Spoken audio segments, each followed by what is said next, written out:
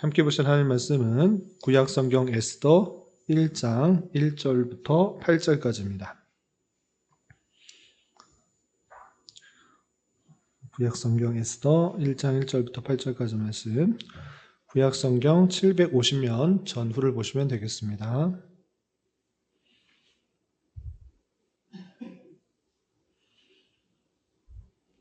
찾으셨나요? 1절부터 8절까지 함께 봉독합니다. 이 일은 아하수에로 왕 때에 있었던 일이니 아하수에로는 인도로부터 구스까지 127지방을 다스리는 왕이라. 당시에 아하수에로 왕이 수산궁에서 즉위하고 왕이 쓴 지 제3년에 그의 모든 지방관과 신하들을 위하여 잔치를 베푸니 바사와 메대의 장소와 각 지방의 귀족과 지방관들이 다 왕 앞에 있는지라. 왕이 여러 날 곧 180일 동안에 그의 영화로운 나라의 부함과 위엄의 혁혁함을 나타내니라. 이 날이 지남에 왕이 또 도성 수산에 있는 귀천간의 백성을 위하여 왕궁 후원들에서 7일 동안 잔치를 베풀세 백색, 녹색, 청색, 회색, 휘장을 자색하는 배줄로 대리석 기둥은 은고리에 메고 금과 은으로 만든 걸상을 화반석, 백석, 운모석, 흑석을 깐 땅에 진설하고 금잔으로 마시게 하니 잔의 모양이 각기 다르고 왕비 풍부하였으므로 어주가 한이 없으며 마시는 것도 법도가 있어 사람으로 억지로 하지 않게 하니 이는 왕이 모든 국내 관리에게 명령하여 각 사람이 마음대로 하게 함이더라. 아멘. 네, 잘 오셨습니다. 계속해서 성경의 역사와 배경을 공부하도록 하겠습니다. 성경 역사와 배경을 공부하는 이유가 무엇인가 라고 할 때 우리가 성경을 읽어 나갈 때 하나님의 말씀으로 받을진데 그 내용을 보면 대단히 신기하고 놀라운 내용들이 많습니다.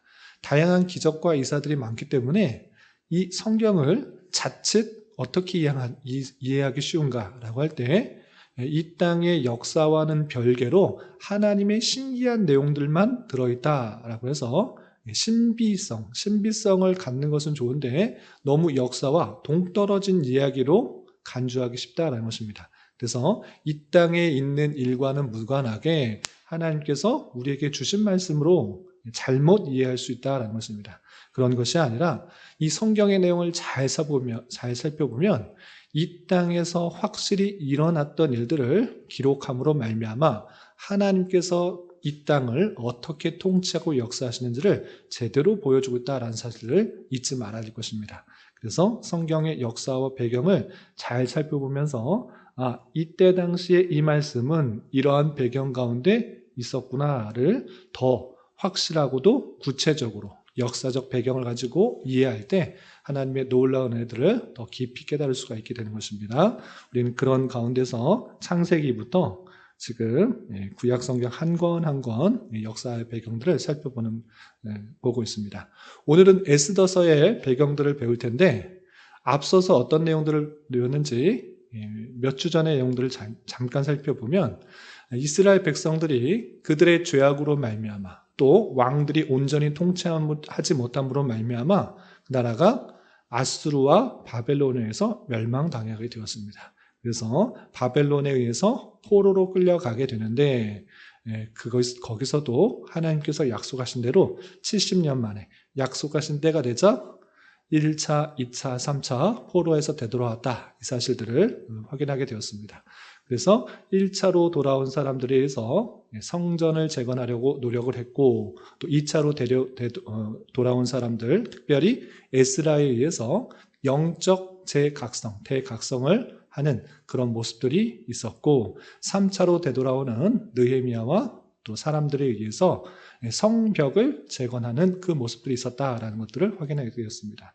이렇게 나라는 멸망하였음에도 불구하고 하나님께서 다시 한번 그의 주권 가운데 바벨론의 포로에서 되돌아와서 하나님의 나라를 건설하고 또 하나님의 뜻을 이루어 가시는 놀라운 은혜를 받는데 오늘은 에스더를 살펴볼 것입니다. 에스더도 마찬가지로 이스라엘 백성들이 포로로 끌려간 그 모습 속에서도 포로로 되돌아온 사람들에게만 역사하는 것이 아니라 포로로 끌려간 그 백성에게도 하나님의 놀라운 사랑을 베풀고 계시다라는 것들을 에스더를 통해서 아주 분명하고도 확실하게 알려주시는데, 우리 에스더의 내용을 잠깐 살펴보고 또 배경과 함께 에스더 내용들을 더 구체적으로 읽어보도록 하겠습니다.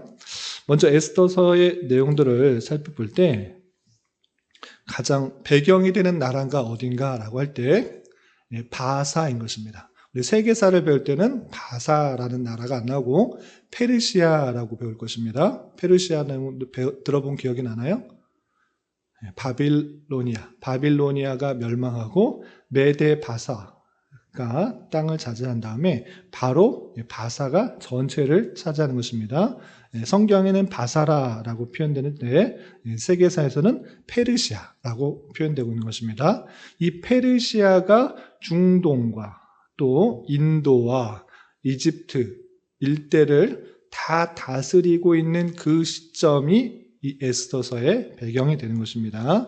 바사의 통치 영역들이 쭉 있는데 이때 바사의 왕을 잠깐 살펴보겠습니다. 외우지 않으셔도 됩니다. 외우지 않고 어떤 왕들이 있었는지 눈으로 좀 살펴보시기 바랍니다. 먼저 이 바사라는 나라, 페르시아라는 나라가 최초의 나라로 완성했던 그 왕은 키루스라는 왕입니다. 키루스 1세.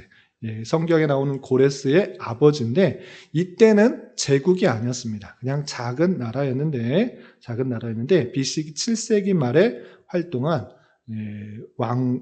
왕이었습니다. 그래서 바사의 첫 번째 왕은 키루스 1세다라는 것입니다.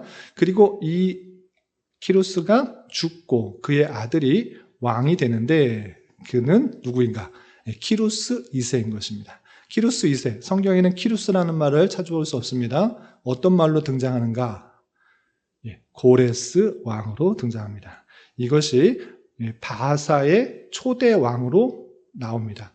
바사의 초대 왕은 키루스 왕이니까 그 바사의 초대 왕은 바사의 최초의 왕은 키루스 1세지만 이 고레스가 전체 바사 제국을 이끄는 첫 번째 왕이다, 이렇게 생각하시면 되겠습니다. 그래서 고레스 왕, 성경에는 고레스 왕으로 나와 있고 BC 539년부터 530년까지 7일 기간은 약 30년 정도 되겠습니다. 509년 정도 되겠네요. BC 539년에서 509년 정도 되고 페르시아 제국의 건설자이며 캄비세스 또 고레스의 아들 키루스 대왕이라고도 하고 또 고레스 왕이라고도 하고, 이 고레스가 왕이 되었을 때 이스라엘의 1차 포로에서 귀환하게 되는 것입니다.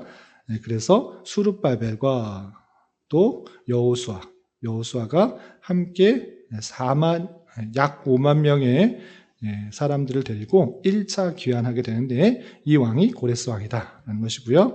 그 다음 왕은 캄비세스 2세고 이 캄비세스 2세는 고레스의 아들로서 이집트를 정복한 그런 왕이었습니다. 그리고 네 번째 왕은 6개월밖에 다스리지 못한 왕인데 캄비세스 2세의 동생이었습니다. 그리고 다섯 번째 왕이 다리오 왕, 성경에 특별히 다니엘서에 나오는 다리오 왕이 이 다섯 번째 바사의 왕인 것입니다. 그리고 이때 수룹바벨과 여호수아에 의해서 성전 재건이 완성되는 된 것입니다. 그래서 다리오 왕이 성경에 나오고 또 여섯 번째 왕이 아하수에로 왕. 세계사에서는 세계사를 보면 크세르크세스라고 표현되는데 성경에는 크세르크세스라고 표현되지 않고 아하수에로 왕으로 표현되고 있습니다. BC 485년부터 465년까지 대략적으로 20년 정도 다스렸고, 오늘 배우게 될 에스더서에 나오는 왕이 누군가? 이 아하수에로 왕인 것입니다. 그러니까 바사의 여섯 번째 왕이다, 이렇게 생각하시면 되겠습니다.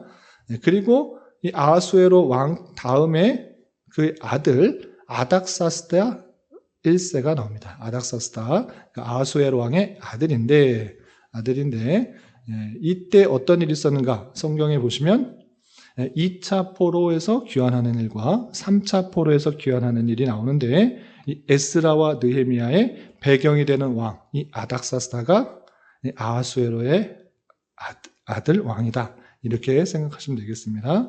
그리고 뭐 다리우스 2세, 아닥사스다 2세, 또 아닥사스다 3세, 아르세스, 또 다리우스 3세가 왕으로 다스리고 총 바사에 12명의 왕이 다스리다가 그리고 이 다리우스 3세는 알렉산더 대왕에 의해서 패하게 되므로 바사라는 나라는 없어지고 이제 헬라 제국이 되는 것입니다. 이렇게 12명의 바사의 왕들이 있었다라는 것을 그냥 알아두시면 되고 성경과 비교해서 생각하면 성경에서 나오는 바사의 왕들은 총 몇 명인가? 4명입니다. 4명. 첫 번째 고레스 대왕. 바사의 최초 제국의 왕이었을 때 1차 포로에서 귀환할 때 이 고레스 왕이 등장하는데 성경에 나오는 왕은 고레스 왕. 그리고 두 번째 다니엘서에서 나오는 다리오 왕이 나오는데 다리오 왕도 성경에 나오고 그리고 여섯 번째 왕이었던 아하수에로 왕, 이 에스더서의 배경 아하수에로 왕이다. 이렇게 생각하시면 되겠습니다. 그리고 에스라와 느헤미야서에서 나오는 바사의 왕 아닥사스다가 나온다. 그래서 성경에서 나오는 페르시아의 왕들은 총 4명이 나온다. 이렇게 염두에 두시고 되고 오늘 배우게 될 에스더서의 배경이 되는 왕은 아하수에로 왕, 바사의 6번째 왕이다. 이렇게 염두에 두시고 읽어나가시면 되겠습니다. 그러면 일단 에스더서가 어떤 내용인가 간략하게 정리를 하고 또 거기서 꼭 생각해야 될 내용들을 좀 알아보도록 하겠습니다. 먼저 아하수에로 왕, 이 바사의 몇 번째 왕이었죠? 6번째 왕인 아하수에로 왕의 즉위, 왕이 된 지 3년, 즉 BC 482년경에 전국 127도에 180일간의 잔치를 베풉니다. 이 왕은 아까 지도를 본 것처럼 인도로부터 구스까지, 그러니까 이집트의 아래에 있는 에디오피아까지 엄청나게 많은 큰 땅을 가지고 있었던 것입니다. 전국에 127도나 되는 엄청나게 큰 많은 도가 있었던 것입니다. 6개월 동안 잔치를 베풀었고 더하여서 도성 수산을 위하여 또 7일간의 잔치를 베풀었습니다. 그런데 이 잔치를 베풀 때 억지로 다 술 마셔라, 또 잔치에 참여하라 이렇게 하지 않고 법도에 따라서 억지로 하지 않게 하였고 또 각 사람이 마음대로 참여하도록 했던 것입니다. 많은 잔치를 베풀어서 큰 잔치를 베풀었는데 그런데 그 뒤에 잔치가 다 마무리가 될 즈음에 왕이 어떤 일을 벌였는가라고 할 때 왕후 와스디를 잔치에 청하여서 이 수청을 들고 또 그 잔치를 더욱더 돋굴 수 있도록 흥을 돋굴 수 있도록 청하였던 것입니다. 그런데 왕후 와스디가 그 왕의 요청에 수락했을까요? 거절했을까요? 예, 거절했습니다. 왜 거절했는지는 알 수 없습니다. 그러나 그 맨 마지막 이제 잔치가 마무리되는 그쯤에 왕후를 초청해서 그 자리에 함께하도록 했는데 나는 갈 수가 없다라고 거절한 것입니다. 그러자 이 아하수에로 왕이 왕후가 왕의 명령을 어긴다? 이렇게 되면 왕의 체면이 떨어지고 이런 모습들이 나라 전체에 체면이 설지 않은 것을 생각하여서 이 왕후 와스디를 그 왕후 자리에서 파면하게 됐던 것입니다. 그리고 왕후 와스디를 파면한 이후에 시간이 흘러서 왕의 화가 그치게 되었습니다. 그러자 왕은 와스디를 대신할 왕후를 삼는 일. 이제 왕후가 없으니 내가 너무 외롭다. 그러니 이 와스디를 대신할 사람을 뽑아서 온전하게 하자 이렇게 했던 것입니다. 그래서 빨리 왕후를 선발하려고 하는데 신하들이 각 제국 각도에서 처녀들을 모아서 왕후의 후보로 선발해서 오게 되었습니다. 많은 여인들을 내려놓고 왕이 마음에 드는 사람을 뽑아서 왕으로 세우려고 했던 것입니다. 이때 어떤 일이 있었느냐? 유다인, 포로로 끌려왔던 유다인 중에서 모르드게에 의하여서 에스더라는 그 조카를 왕궁으로 데려와서 이 또 왕후의 자격에 들게 했던 것입니다. 그러자 에스더도 몸을 가꾸고 정결하게 한 이후에 왕 앞에 서게 되었습니다. 그러자 왕은 많은 여자들보다 어떤 사람을 좋아하게 되었는가? 유다인 출신인 이 에스더를 사랑하여서 그녀를 왕으로 삼게 하였던 것입니다. 그런데 문제가 발생합니다. 여기서 아주 좋게 하고 끝났으면 좋았을 텐데 그런 것이 아니고 이 유다인들의 큰 위협이 찾아옵니다. 어떤 위협이 찾아오는가? 아수에로 왕의 신하 중에 한 사람, 하만이라는 사람이 등장하여서 이 모르드게가 하는 일이 대단히 안 입고 왔습니다. 하만이 왕의 신임을 입어 높은 자리에 오르게 되었는데 모든 신하들은 자기의 그 높은 자리에 굽실거리면서 절하고 따랐지만 이 모르드게는 거절하였습니다. 오직 하나님만을 섬기고 사람들에게 굽실거리면서 사람에게 아첨하면서 잘 보이려고 하지 않았던 것입니다. 그래서 하만은 자신에게 절하지도 않는 이 모르드게와 유다인들을 다 죽이려고 했던 것입니다. 그래서 어떤 계략을 세우는가? 왕에게 조서를 내리도록 합니다. 어떤 조서를 내리냐? 이 큰 나라가 힘을 받고 더욱더 국력을 모으기 위해서는 한 법률로 다스리는 것이 마땅합니다. 여러 가지 법률을 두면 이 나라가 혼란스럽게 됩니다.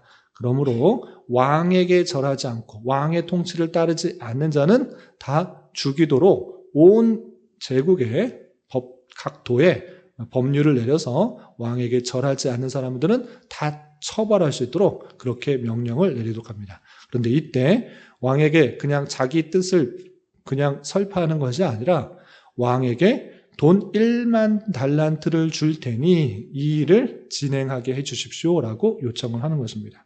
그러자 왕은 타당하다, 일리 있다 생각하고 또 돈도 많이 받을 수가 있기 때문에 돈 1만 달란트는 엄청나게 큰 돈인 것입니다. 그 엄청난 돈도 받을 수 있으니 왕은 그 하만의 요청에 따라서 법률을 내리게 됩니다. 그래서 왕은 손에 끼고 있던 반지를 하만에게 주면서 모든 권한을 이름하면서 네가 말한 대로 조서를 꾸미고 그렇게 진행하도록 한 것입니다. 그러자 유대인들은 이 하만의 계략에 의해서 모두가 죽게 되겠구나라고 생각했던 것입니다. 왜 그렇습니까? 우리는 사람에게 절하고 우상 숭배하면 안 되는데 하나님만을 전하고 하나님만을 섬겨야 되는데 이 하만의 계략에 따라서 왕에게 절하지 않으면 다 죽이겠다 하니 우리가 모두 죽게 되었구나라고 해서 모두가 슬퍼하며 애통하게 된 것입니다. 또한 이 에스더의 삼촌이었던 모르드게는 에스더에게 찾아가서 이거 자초지종을 말하면서 모두가 다 유다인들이 다 죽게 되었으니 너만 혼자 살 수 있을 것이라 생각하지 말고 너가 왕후가 된 것은 이 일을 위함이 아닌지 어떻게 하느냐. 직접적으로 네가 왕후가 된 것은 유다인들을 구원할 수 있게 하기 위해서 하나님께서 인도하신 것이다 라고 요청을 해서 이 왕후 에스더가 왕에게 찾아가서 그 모든 사실들을 다 말해라 라고 요청하게 된 것입니다. 그 부탁을 받은 에스더는 왕에게 직접적으로 찾아갈 수 있는 것이 아니라 대단히 조심스러웠던 것입니다. 이때 당시에 왕은 아무나 가서 알현할 수 있는 것이 아니라 왕이 오라는 사람만, 부르는 사람만 올 수 있는 것입니다. 함부로 갔다가 왕에게 안 좋은 일을 행할 수 있기 때문에 시해를 하거나 안 좋은 일을 할 수 있기 때문에 오라고 하는 사람, 내가 부르는 사람만 오도록 했던 것입니다. 왕후도 마찬가지도 내가 오라고 했을 때 오는 것이 왕후가 왕 만나고 싶다고 마음대로 갈 수 있는 것이 아니었던 것입니다. 그런데 에스더는 왕이 부르지 않았지만 혹여나 부르지 않았는데 갔다고 해서 죽일지라도 죽으면 죽으리라는 각오로 왕에게 찾아가려고 마음을 먹는 것입니다. 그리고 금식하면서 하나님께 기도한 후 왕을 만나서 왕의 신임받는 신하였던 하만과 잔치 자리에 불러달라고 요청을 하여서 몇 번씩이나 말할까 말까 뜸을 들인 이후에 결정적인 순간에 에스더는 당신의 신하 하만이 유다인을 전부 죽이려고 지금 계략을 꾸미고 있다라는 것들을 다 말하게 된 것입니다. 이 사실을 알게 된 왕은 너무나 화가 나서 왕후뿐만 아니라 유다인을 다 죽이려고 한 그 하만을 오히려 죽이도록 한 것입니다. 그리고 왕이 하만에게 주었던 왕의 반지를 거두어서 예전에 자신을 구해주었던 모르드게에게 주게 됩니다.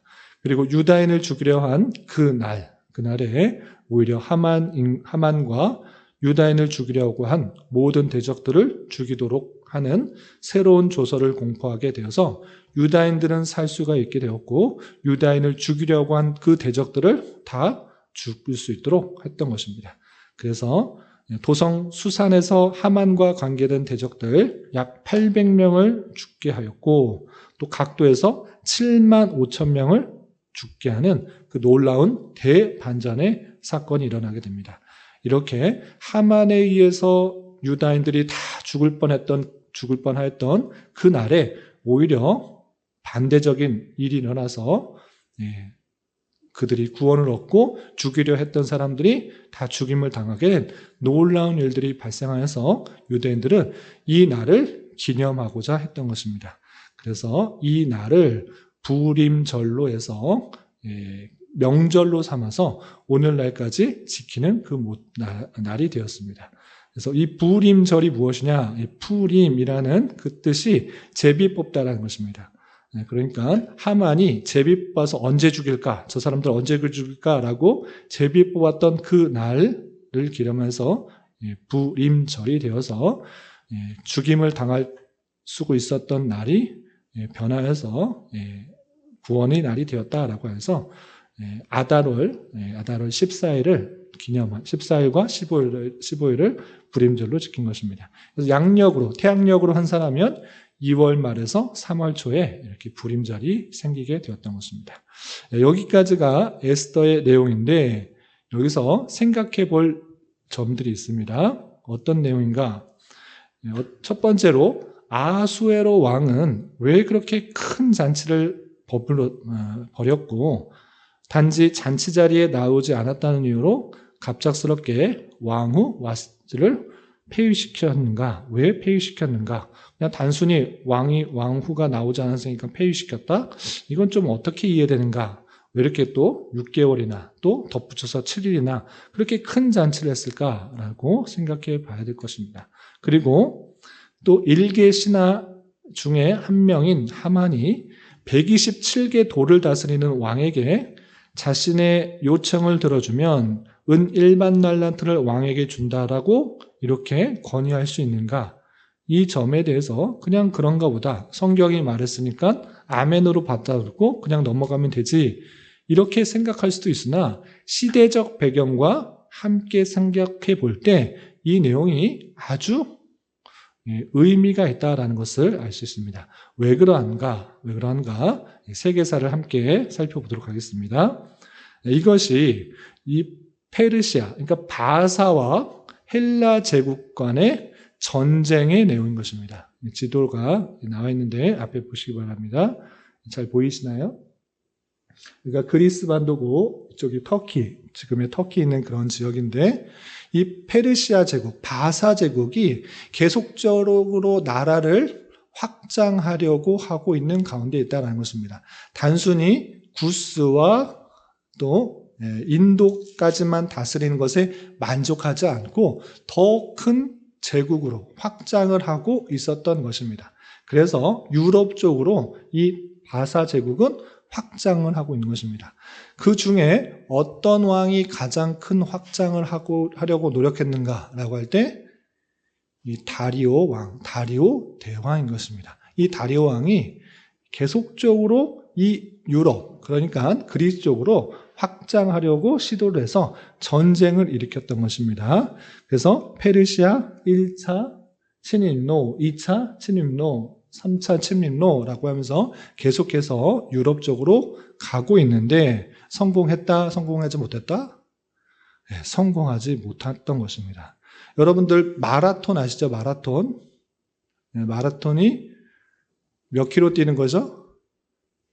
42.195km. 왜 이렇게 복잡하게 뜁니까? 그냥 42km면 42km고 43km면 43km지 왜 42.195km를 뛰어야 됩니까? 왜 뛰는 거죠? 네, 마라톤 전투에서 나온 것입니다. 그러니까 다리오 왕 제33년경, 그러니까 BC 490년경에 이 바사의 제국이 헬라를 치려고 이 그리스 반도를 치러 갔습니다. 그 치러 갔던 곳에서 전쟁을 하게 되는데 그 장소 이름이 어디냐? 마라톤인 것입니다. 마라톤은 지역 이름이에요. 그래서 마라톤 지역에서 그리스 군대와 이 바사, 페르시아 군대가 전쟁을 했는데 의외로 누가 이겼다? 그리스가 이긴 것입니다. 그래서 이 그리스 마라톤에서 승리의 소식을 전하기 위해서 아테네까지 뛰어와서 그 소식을 전하고 죽은 병사가 있었던 것입니다. 그래서 이 마라톤부터 아테네까지 거리가 재보니까 얼마였더라? 42.195km였다. 그래서 오늘날 마라톤을 계속 42.195km를 뛰는 것입니다. 왜 이렇게 복잡하게 뛰는가? 이 마라톤 전투에서부터 기원하게 되었던 것입니다. 다시 본론으로 들어가서 이 바사는 계속해서 그리스를 지나서 유럽으로 나라를 확장하려고 했는데 그리스 군대가 대단히 강했기 때문에 그리고 수비적인 측면에서 지형적 요건을 이용해서 수많은 배를 타고 오는 페르시아의 군대를 다 섬멸했던 것입니다. 그런 이후에 다리오 왕은 점점 세력이 약해져서 그는 그 유럽으로의 확장을 다 이루지 못하고 그의 아들 누구? 아수에로 왕이 왕으로 올라가서 그 대업을 이어가고 있는 것입니다. 그래서 아까 이 잔치를 벌인 해가 언제였는가라고 할 때 아수에로 몇 년이었죠? 제3년에 큰 잔치를 베풀고 있는 것입니다. 그러니까 왕으로 이어서 와버지가 이루지 못한 그 대업을 이루고자 이 백성들이 계속해서 전쟁에서 지고 사기가 꺾여 있는 그 형편 속에서 큰 잔치를 6개월 동안 벌이면서 너희들 힘내라. 우리가 힘내서 저기를 쳐들어 갈 수 있다라고 사기를 북돋는 그런 모습 가운데 있는 것입니다. 그런데 그 사기를 북돋고 또 그 잔치를 많이 흥겨워서 그 전쟁에 나가기 위해서 이 발대식 같은 그런 일을 하고 있는데 왕후가 그 자리에 찬물을 끼얹는다? 너무나 참을 수가 없었던 것입니다. 그래서 아르수에로 왕이 이 왕후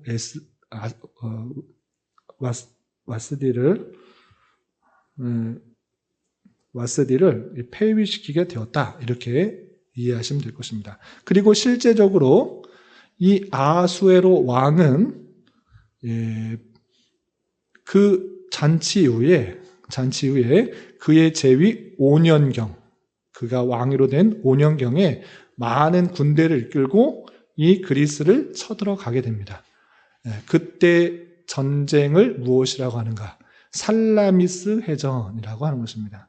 세계사를 보면 BC 480년경에 살라미스 해전이 있게 되는데 수많은 바사 군대를 소수의 군대로 무찌른 그 대전투 기록이 남아있던 것입니다.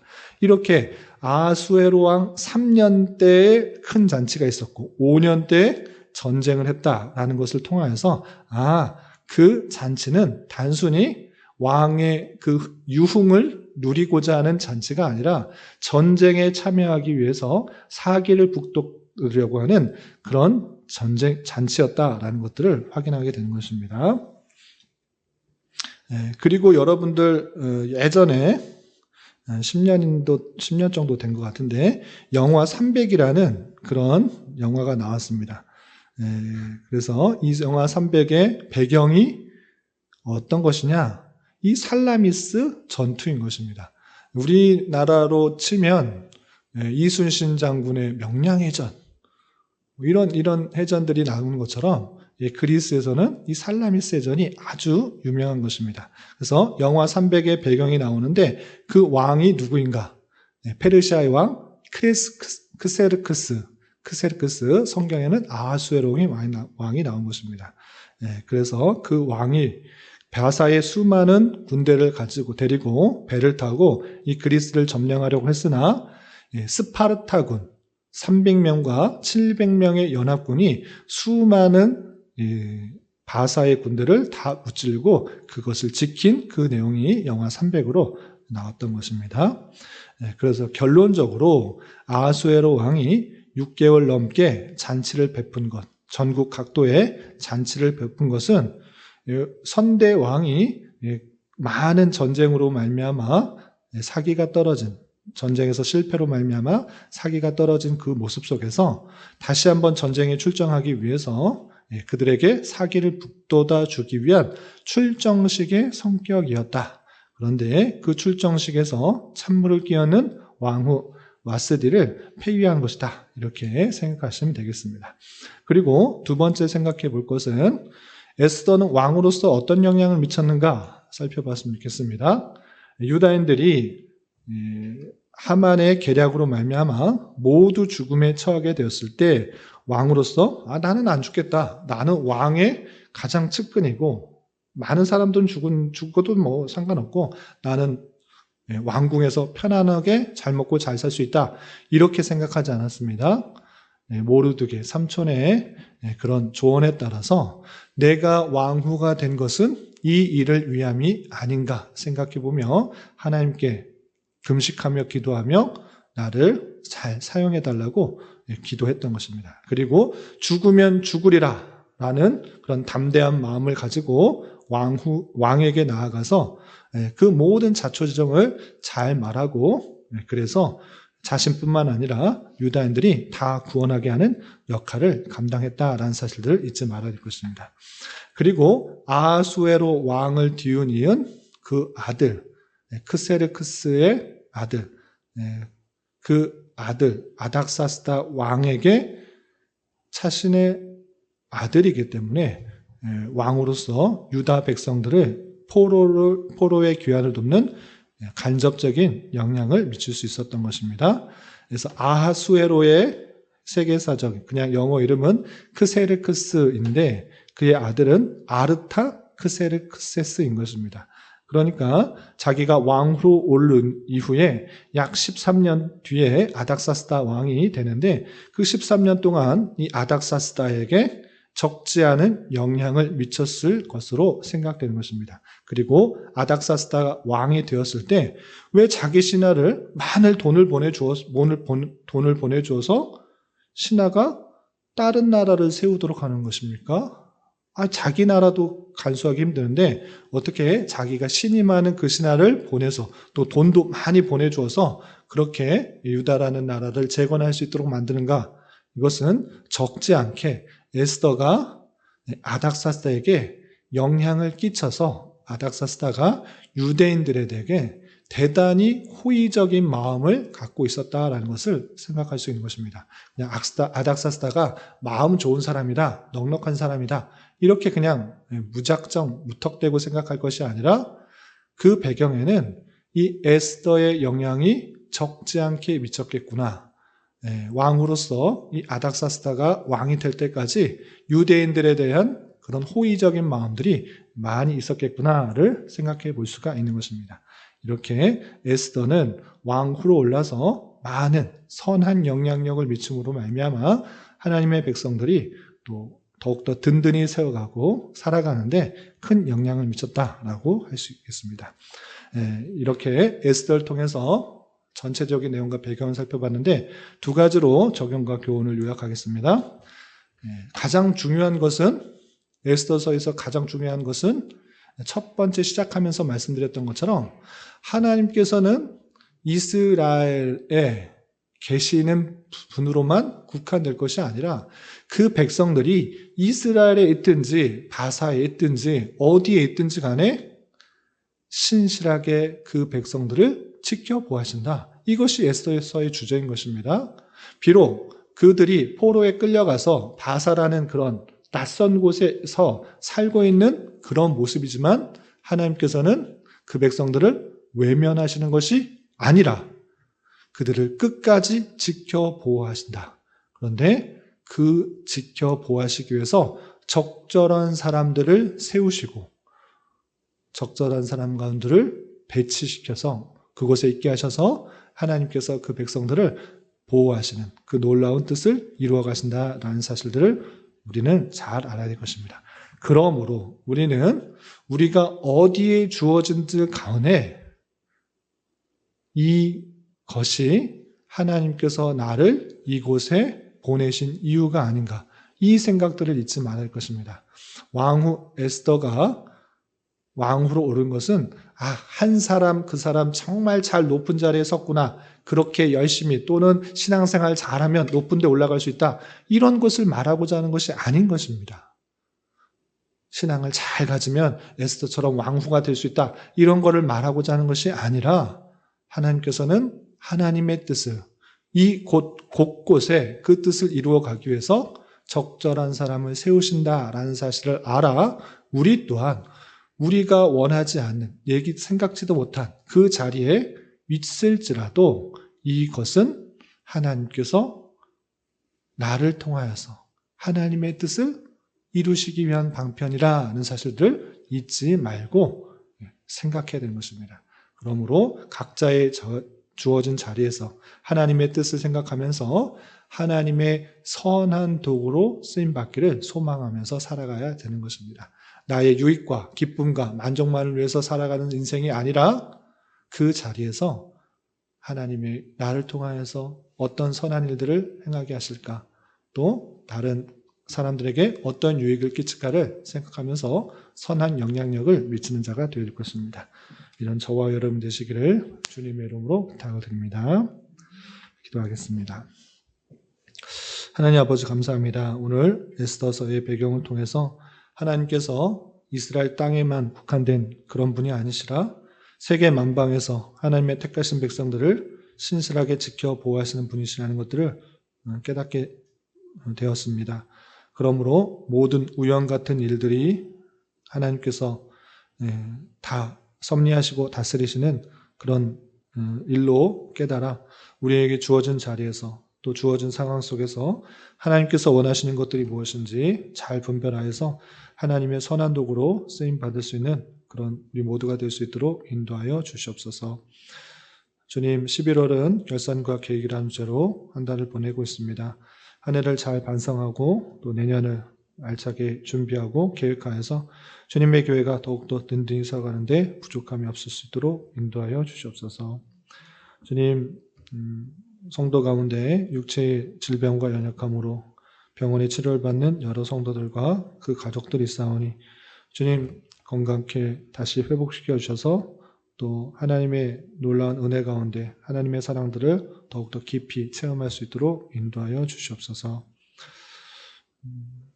또 이 자리에 함께한 교회학교 친구들 또 학업 중에 있사오니 지혜와 명철을 더하여 주시고 주어진 또 달란트와 은사를 잘 개발하여서 주님의 교회와 이 사회에 선한 도구로만 쓰임받는 은혜가 있을 수 있도록 인도하여 주시옵소서. 예수님의 이름으로 기도 올리옵나이다. 아멘.